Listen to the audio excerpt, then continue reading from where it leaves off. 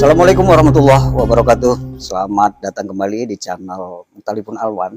Kali ini kita akan ngundang ya Bang Dian. Kalau kemarin kita berkunjung ke rumahnya, tapi kali ini kita undang ke studio kita. Kita sapa langsung aja beliau, Bang Dian. Assalamualaikum Bang Dian. Waalaikumsalam warahmatullahi wabarakatuh. Gimana kabarnya, sehat? Alhamdulillah sehat walafiat. Kemarin Bang Dian, ini kan dari hasil obrolan kita kemarin, itu kan ada ngangkat sedikit lah, menerjemahkan kata Yasin kemarin ya. Ya, Nah, ternyata itu kan banyak direspon sama netizen ya. Ya. Artinya barangkali selama ini minim orang yang ngangkat tentang makna atau terjemahan dari kata Yasin tersebut ya. Ya. Nah, ini kan menarik nih ya, kalaupun kita lihat lah di Quran itu kan banyak betul sebenarnya lapas-lapas yang tidak diterjemahkan secara umum. Benar. Di situ bahkan hanya diterjemahkan hanya Allah yang tahu. Benar. Sebenarnya kan miris ini kalau kita lihat kan. Iya. Mirisnya di mana? Satu panduan, satu petunjuk buat kita ternyata diterjemahkan hanya Allah yang tahu. Lantas kita hari ini yang menggunakan ini ketika diplot hanya Allah yang tahu, ini gimana cara menggunakannya? Masa iya seperti itu? Barangkali ini yang butuh penjelasan, ini ahlinya kayaknya. Alhamdulillah wassalatu wassalamu ala rasulillah la haula wala quwata illa billah. Ya, memang benar yang disampaikan oleh Bang Budiana ya. Banyak sekali menerjemahkan lafaz alif lam mim, contohnya Yasin ya kan. Jadi hari ini kita angkat lafaz alif lam mim pula itu ya kan. Alif lam mim ya. Iya. Surah Al-Baqarah ayat pertama itu kan. Iya, Kemarin kita sudah mengangkat lafaz Yasin. Tapi sebenarnya kalau mau dikupas tuntas itu lebih menarik lagi. Panjang ya. Panjang. Tapi mengingat juga waktu ya kan. Iya. Kesempatan itu. Jadi bisa nanti kita tambahi bayan atau penjelasannya tentang Yasin itu di session atau momen berikutnya. Oh, boleh. Ya. Jadi juga hari ini saya pun tertarik dengan keadaan yang beredar di masyarakat hari ini, atau kalau kita simpulkan itu menerjemahkan lafaz alif lam mim itu sudah tidak berdasarkan hudan atau petunjuk yang sudah ditunjuki oleh Allah. Iya. Jadi sama dengan kalau saya simpulkan itu menerjemahkan lafaz alif lam mim itu sudah pada satu, sudah pada berserakan gitu. Yang kedua, sudah menurut pola fikir dan akal-akalan gitu. Tanpa ada dasar. Ini kan sangat miris sekali kita melihatnya. Iya. Padahal itu lafaz kalam Allah ya kan. Iya. Kalau menerjemahkan menurut akal kita ini kan kurang tepat. Iya betul. Kan seperti itu. Iya. Padahal alif lam mim itu satu di antaranya petunjuk dari Allah, kitab, ayat. Ayat itu kalau diartikan, ayat itu kan kode, tanda, sinyal ya kan. Iya betul. Yang itu langsung Allah yang menunjukkan, menurunkan. Iya. Itu satu poinnya. Poin yang kedua, sering kita melihat menerjemahkan lafaz alif lam mim itu, kalau kita lihat di kitab-kitab itu ya kan, hanya Allah yang tahu gitu kan. Itu yang saya bilang. Lah, ini gimana gitu? Kalau lafaz alif lam mim itu hanya Allah yang tahu. Kalau hanya Allah yang tahu, ngapain diturunkan? Ya itu tadi yang saya katakan, bahwa ini petunjuk, panduan buat kita. Ternyata diterjemahkan hanya Allah yang tahu. Lantas kita macam mana mau pakai? Itu penjelasan apa, tentang apa gitu kan? Kalau hanya Allah yang tahu, nggak mungkin diturunkan. Karena itu ayat Allah untuk hudalinas, petunjuk bagi manusia. Bukan orang Islam aja. Iya, seluruh manusia. Namanya manusia ini semua yang merasa dirinya manusia. Iya. Baik orang Amerika, orang Cina, orang Thailand, siapapun. Iya. Ya kan gitu. Bukan tertuju satu sisi golongan Islam saja, tidak. Jadi kembali kita dengan lafaz alif lam mim tadi ya. Ini seru ini. Iya. Dulu bahkan sampai sekarang saya sudah sering mendengar bahwa alif lam mim itu alifnya itu diterjemahkan dengan Allah. Dan lamnya itu diterjemahkan dengan malaikat. Aha. Dan mimnya itu diterjemahkan dengan Muhammad. Lah, Ini secara umum ini ya. ini sering kita dengar seperti itu. Iya. Bahkan kajian-kajian yang di luar sana, saya nggak sebut nama kajinya atau golongan apa, tapi dia menerjemahkan lafaz alif lam mim itu. Alifnya Allah, lamnya itu malaikat, dan mimnya Muhammad. Terus kalau ditanya, apa dasarnya? Sehingga mereka menerjemahkan itu kok seenak-enaknya saja, tanpa dasar dan petunjuk ini kan. Inilah yang dikatakan akal-akalan. Akal-akalan saja. Pakai pola pikirnya, ini tidak boleh sebenarnya. Tidak seenak merta seperti itu mengartikan. Harusnya menerjemahkan, itu kan bahasa Arab. Iya. Harus rujukannya, tinjauannya, referensinya, satu kamus bahasa Arab. Iya, iya, betul. Dan yang kedua ilmu nahwu dan sorab, dan pasti itu. Iya, iya. Tidak bisa, tidak lain dan tidak bukan, harus itu rujukannya. Karena untuk membedah satu kalamullah, suatu ayat Allah, itu harus pakai 7 sistem, ya kan? Ada sistemnya ya. Ada sistemnya. Dan itu bukan mitos. Nah, hari ini kan kita juga sudah mengajarkan kan kepada anak didik itu kan, bagaimana pola 7 sistem itu yang harus kita sampaikan agar menerjemahkan suatu lafaz yang itu lafaz dinuzulkan oleh Allah tepat dengan terjemahannya. Kan seperti itu. Nah, oke lah, sedikit kita merujuk ya. Namanya bahasa Arab. Otomatis kamus dan rujukan referensinya kamus bahasa Arab juga. Ilmu nahwu sorab itulah satu di antara. Oke, kita kembali.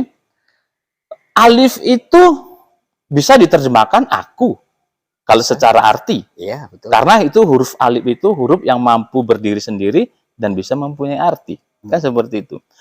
Bahkan alif itu nanti bisa istifham. Ya kan? Iya. Bisa kalimat tanya itu kan. Iya, iya, iya. Bisa nanti alif itu jorfiyah. Bisa kan? Kan itu banyak makna itu kan kalau kita lihat kan. Bisa nanti dia masdar. Bisa. Jadi kok ini di luar kok bisa menerjemahkan alifnya itu apa rujukannya? Saya katakan istifham itu ada hudannya, ada petunjuknya. Quran surat 96 ayat 14. Tapi kita nggak buka itu ya. Iya, iya. Nah, karena supaya kita ngomong tapi ada petunjuk agar tak salah. Kan seperti itu. Iya, iya. Bisa nanti dia juga jorfiyah, keterangan waktu. Quran surat Al-Baqarah 30 kalau mau dilihat di sana nanti kan. Jadi mana? Jadi jangan seenak merta kita mengartikan alif itu Allah. Enggak gitu. Harus pakai rujukan. Nah, itu satu alif. Udah gitu lam. Huruf lam itu kalau satu dia juga sudah mampu berdiri sendiri kan itu kan. Kalau huruf lam itu bisa nanti dia di sana taukid, aksentuasi namanya. Seperti itu kan. Iya, iya. Lamnya itu bisa nanti juga jorfiyah, keterangan. Bisa juga nanti taklil lam itu. Kan gitu. Terus kok di luar diartikan lam itu malaikat. Nah, ini kan maaf cakap ya ngawur nih kayaknya kan. Ya, Menerjemahkan gitu seperti itu kan. Akal-akalan kan. Iya. Nah, ilmu tinjauan ilmu nahwu sorabnya seperti itu. Mim juga demikian ya? Mim juga demikian. Atau apa karena sulitnya menerjemahkan ini mereka tak punya ilmu ya yang 7 sistem tadi yang Bang Dian katakan. Kayaknya aku kira seperti itu ya. Akhirnya. Mbak ibaratkan seperti itu, saking mungkin sulitnya. Jadi, adalah ini aja lah. Gitu. Udahlah, Allah aja yang tahu. Hanya Allah yang tahu gitu. Karena kita nggak memiliki kemampuan menerjemahkan itu. Kemampuan. Kan itu mereka Iya. kan. Terus nanti kalau lam sama huruf mim digabungkan itu bisa nanti dia nafi. Kan gitu kan? Iya, iya. Jadi mana ini sebenarnya? Kan gitu kan? Kok seenak-enaknya mimnya itu Muhammad? Kan gitu. Karena mimnya lafaz Muhammad itu dimulai dari mim. Mim jadi terusnya Muhammad. Wah, ini nggak bener nih. Nah, kan gitu. Nah. Jadi lam sama mim itu nafi. Ya kan? Mengenyahkan. Ya kan? Kan seperti itu. Iya. Negasi lah sama dengan. Teruslah kalau kita mau merujuk ke Quran. Jadi kalau disimpulkan alif lam mim itu apa? Nah, itu pertanyaan. Ah, kan itu kan? Iya, iya. Nah, makanya kalau dari secara huruf per huruf tadi itulah yang saya jelaskan. Iya, iya. Jadi bukan Allah alifnya itu Allah, lamnya malaikat, mimnya itu terus Muhammad. Oh, tidak. Tadi sudah saya jabarkan, alif tadi bisa istifham, Iya, iya. lamnya itu bisa nafi, kalau huruf lam sendiri bisa taukid, dan macam-macam Iya, itu kan. Terus Kalau digabungkan, digabungkan alif lam mim katanya. Hmm. Lapas selanjutnya jawabannya. Ayat Ayat selanjutnya. itu yang menjelaskan. Itu. Di sana ayat selanjutnya itu kan alif lam mim itu kan ayat pertama itu kan. Iya, betul. Nah, ayat pertama. Jawabannya apa? Ya di ayat keduanya. Zalikal. Zalika. Nah. Itu kan huruf kan. Iya. Menunjukkan yang demikian itu secara Iya. arti. Yang demikian itu yang mana? Yang alif lam mim tadi. Ya, otomatis yang alif lam mim ayat pertamanya dong. Oh. Itulah dia kan menunjukkan itu. Itu jawabannya. Ya. Zalika. Yang demikian itu yang dimaksud yang demikian itu apa? Ya alif lam mim itu. Apa? Zalika kitabu la Raiba fi. ternyata alif lam mim itu kitab. Nah, itu baru benar. Ya kan? Kitab la raiba. Kitab yang tidak ada keraguan. Fihi di dalamnya hudalil Mutakin. muttaqin. Petunjuk bagi orang-orang yang Jadi dia satu kesatuan sebenarnya. Ayat pertama tadi dijelaskan oleh ayat kedua. Ayat kedua. Lah kalau tadi misalkan metode terjemahan yang dilakukan kebanyakan orang hari ini, misalkan alif tadi Allah, lam tadi malaikat, mim tadi Muhammad, ini nggak nyambung. Nggak nyambung.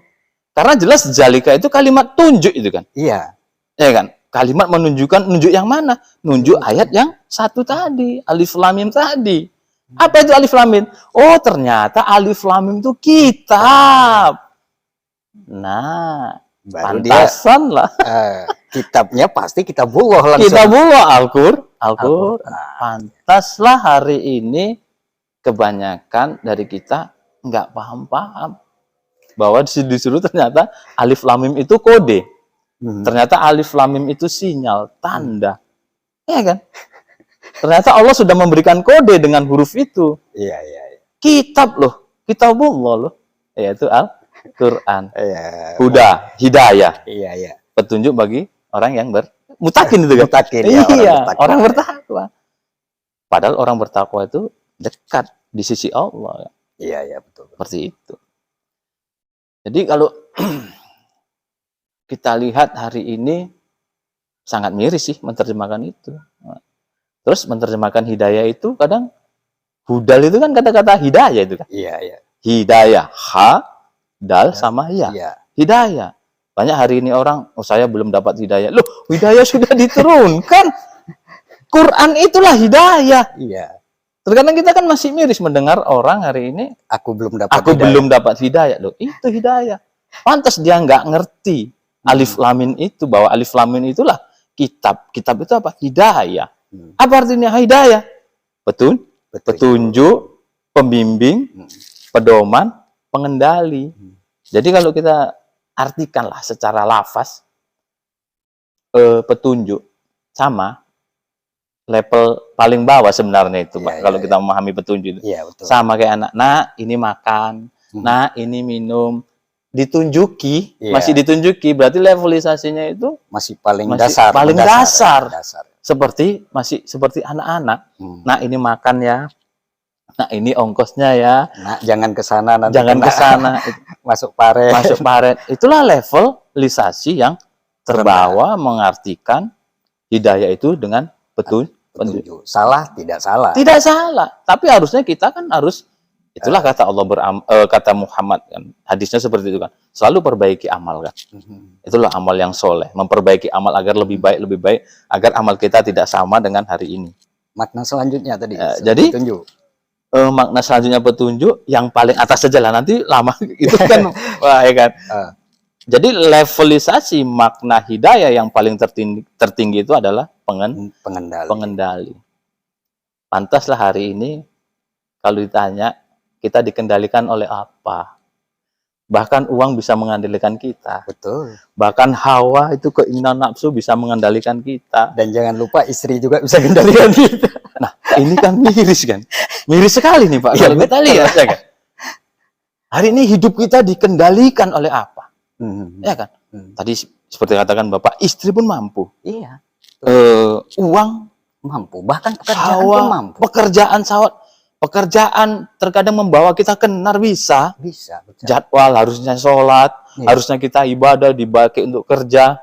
Alah, Pak Ustadz itu kan bisa ngomong, loh saya pun juga pekerja. Tapi kan kita ngerti makna hidayah yang level paling tertinggi ada di pengendali. Iya. Harusnya Artinya kita hari ini dikendalikan. seyogyanya hidup kita itu dikendalikan Harus dikendalikan dengan Quran. Begitu dia. Itu level tertinggi, ya kan? Tapi untuk mencapai itu kan lapas berikutnya itu barangkali titik tekannya. Ya Ustaz. Iya. Muntakin. Iya. Jadi nggak sembarangan kan Iya. dapat levelisasi gelar orang yang bertakwa itu. Iya. Syaratnya satu diantaranya pengendali dikendalikan oleh Quran. Quran. Kalau kita versuskan dengan manusia, hari ini manusia dikendalikan oleh apa? Itu tadi syahwat, kehidupan dunia, ya kan Pak? Dikendalikan oleh itu hari ini. Ya, betul. Dikendalikan uang, istri, macam lah itu. Apalagi yang saya sangat mirisnya, ketika seorang anak itu kaya, mamanya kadang disuruh di rumahnya, disuruh bantu-bantu ya Pak. Iya. Ngeri. Dikendalikan oleh itulah anak. istilah di luar itu yang muncul ketika anak kaya raya, orang tua jadi apa? Jadi babu di rumah. Ngeri Pak ya. Tukang buka pintu, tukang jaga anak. Astagfirullah. Astagfirullah. Saya pun kadang-kadang jangan sampai lagi. Jadi kembalilah, harusnya pahamlah kita dengan lafaz alif lam mim itu ternyata merujukkan kita harus kembali ke kitabullah. Itulah levelisasi yang tertinggi itu, jadikan hidayah itu, Quran itu menjadi pengendali dalam diri kita. Aku kira itu Pak. Selesai deh. Ya. Berarti mau ada pesan-pesan lagi? Aku kira pesannya dekatlah dalam kehidupan kita sehari-hari itu, yang paling dekat itu adalah kitabullah, bukan yang lain-lain, bukan dunia, bukan hawa, bukan harta. Tapi dekatkan diri kita pada hari ini dengan kitabullah. Aku kira itu para pemirsa. Oke, terima kasih Bang Dian udah menyempatkan diri bincang-bincang dengan kami nih tim Mukhtalifun Alwan. Demikian tadi bincang-bincang kita dengan Bang Dian.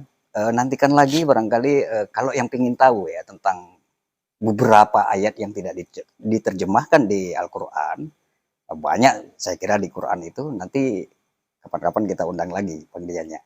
Saya pikir itu aja, semoga pertemuan kami ini bisa bermanfaat. Assalamualaikum warahmatullahi wabarakatuh. Waalaikumsalam warahmatullahi wabarakatuh.